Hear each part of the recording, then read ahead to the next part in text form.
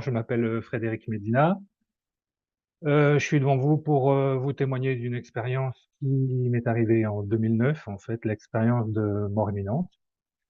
Heu, donc voilà, ça m'est arrivé en fin de compte, peu avant le week-end de Pâques. C'est important le week-end de Pâques parce que c'est des jours fériés qui vont suivre derrière, qui vont faire que mon cas va s'aggraver. Mais enfin voilà, donc juste un peu avant le week-end de Pâques, 2-3 jours avant. Je suis un peu grippé, enrhumé, enfin voilà, donc bon, je prends des paracétamol un peu comme tout le monde, le cas s'aggrave le lendemain, donc je décide d'aller chez un médecin, juste avant ce fameux week-end, férié, et on me diagnostique. Hi, my name Bonjour, is je Tony m'appelle Tony Sikoria. Sikoria. I'm an Je orthopedic suis surgeon, chirurgien orthopédique et j'ai vécu and cette intéressante expérience dans ma vie en 1994 quand j'avais 42 ans. J'étais à une fête d'anniversaire commune pour la famille de ma femme parce qu'il y avait 5 ou 6 personnes qui fêtèrent leur anniversaire en août cette année-là, en 1994. Il était donc plus facile d'organiser une seule fête pour réunir tout le monde. Ce jour-là, nous nous trouvions à Athens, dans l'État de New York, au bord d'un lac appelé Sleepy Hollow, un nom quelque peu connu en raison de l'histoire des légendes de Sleepy Hollow. Quoi qu'il en soit, on m'avait confié la tâche de gérer le barbecue, et j'étais dehors faisant cela. C'était une belle journée d'été. Le ciel était dégagé, et je faisais ma petite cuisine. Au fur et à mesure que la journée avançait, j'ai décidé d'appeler ma mère au téléphone pour prendre de ses nouvelles, parce qu'elle n'était pas à la fête. Et je n'ai pas fait attention au fait que le ciel s'était assombri et qu'un gros nuage s'était formé au-dessus du lac. Mais comme j'étais occupé, je n'y ai pas prêté attention. J'ai fait le tour du bâtiment, car nous avions loué un pavillon, et au-devant du bâtiment, il y avait une cabine téléphonique. J'ai décroché le téléphone. J'ai composé le numéro de ma mère, mais elle était occupée et n'a pas répondu. Après avoir laissé sonner 5 ou 6 fois, j'ai décidé de raccrocher et de réessayer plus tard. Alors que je commençais à éloigner le téléphone de mon visage, j'ai entendu un énorme craquement et un grand éclair de lumière est sorti du téléphone et m'a frappé au visage. J'ai su instantanément ce qui s'était passé. Un orage s'était levé et un éclair avait frappé le bâtiment. Il a traversé le téléphone, m'a frappé au visage et m'a projeté en arrière comme une poupée de chiffon. Alors que je volais en arrière sous l'effet de l'impact, j'avais l'étrange sensation d'avancer, d'aller en avant. C'était très perturbant. Je me suis dit que c'était vraiment une chose étrange qui s'était produite. Puis je me suis retrouvé debout et j'ai regardé autour de moi. J'ai regardé vers l'avant et le téléphone pendait dans la cabine. J'ai regardé à ma droite et il y avait un escalier qui montait au 2e étage.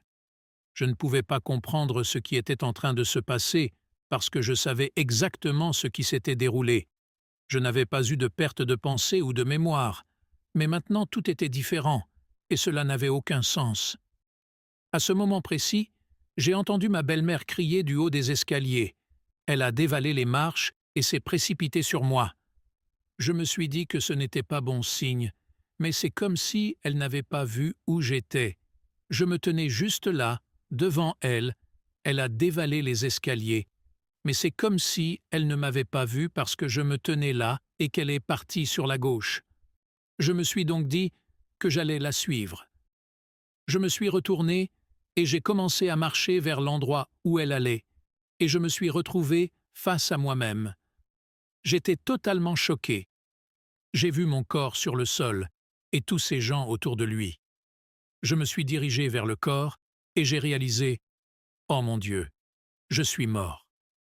Et je me suis dit « Vous savez, j'étais un peu déçu parce que je pensais qu'il devait y avoir quelque chose qui se passe quand on meurt. Vous savez, un bruit de cloche qui se déclenche ou des sifflets ou quelque chose comme ça.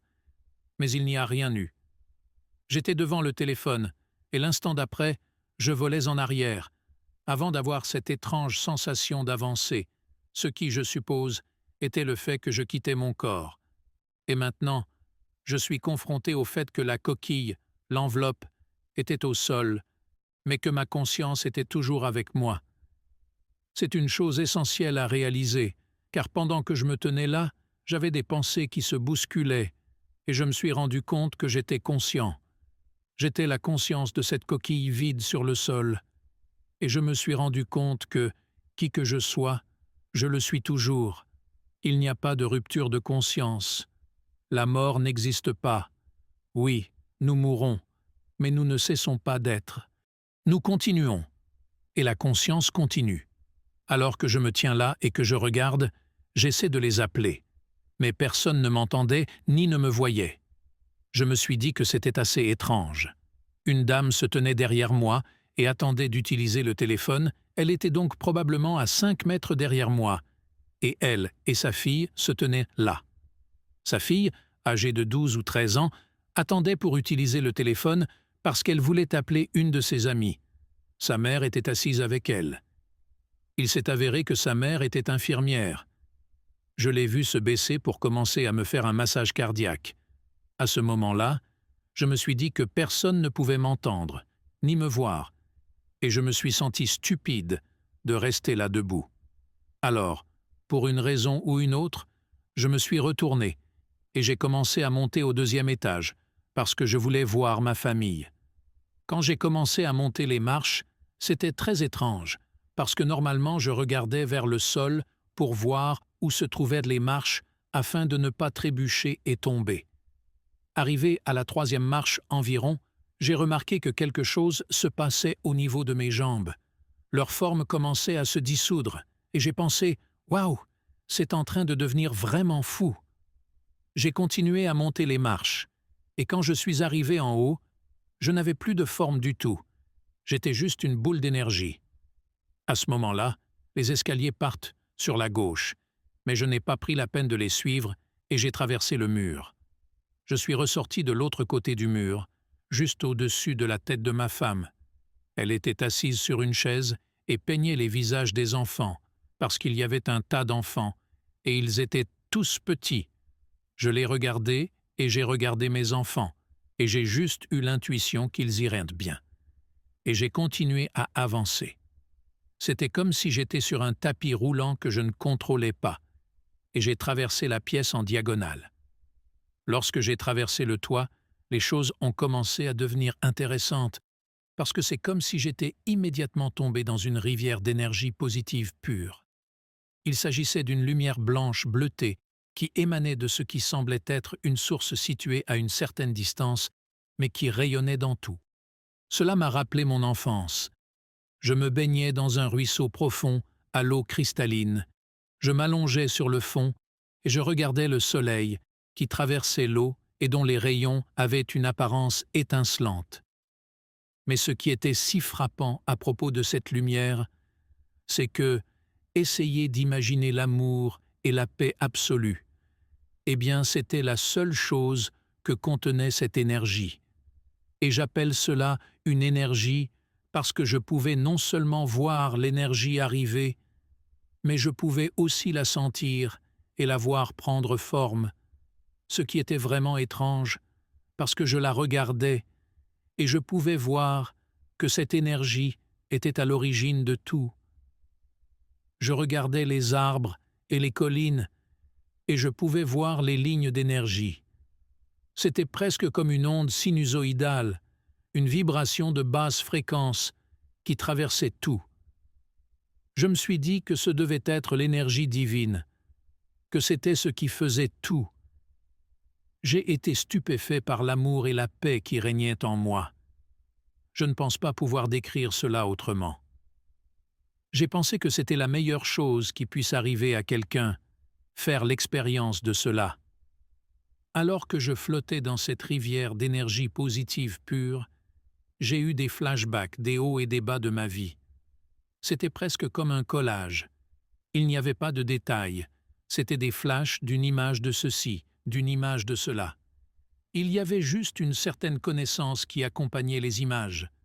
Semblable à ce que vous verriez aujourd'hui, vous regardez une image et un millier de mots l'accompagnent.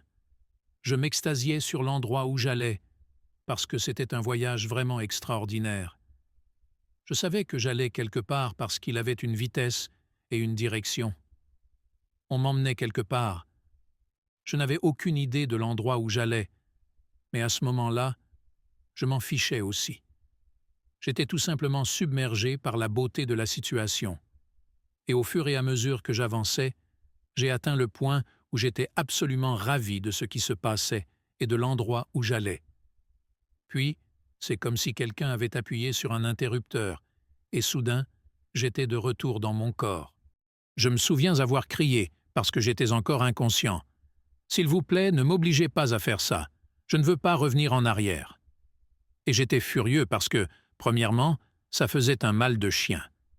Je suis passé de la félicité absolue à la douleur, car cette chose m'avait frappé au visage, avait laissé une brûlure sur ma bouche et une brûlure sur mon pied. Ces choses-là font vraiment mal.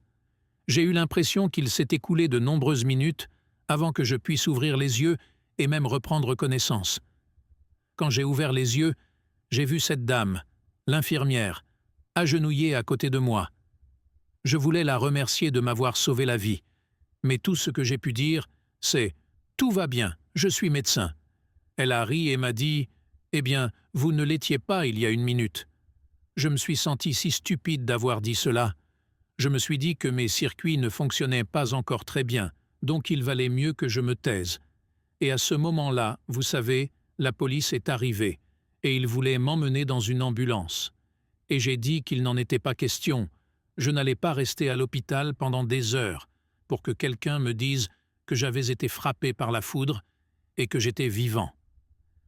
Je n'avais donc pas les idées très claires à ce moment-là, car j'aurais dû y aller, mais je ne l'ai pas fait. On m'a donc ramené chez moi. Pendant que nous rentrions à la maison, j'ai appelé mon cardiologue et mon neurologue pour leur demander de m'examiner. C'est ce qu'ils ont fait, et ils ont tous dit la même chose.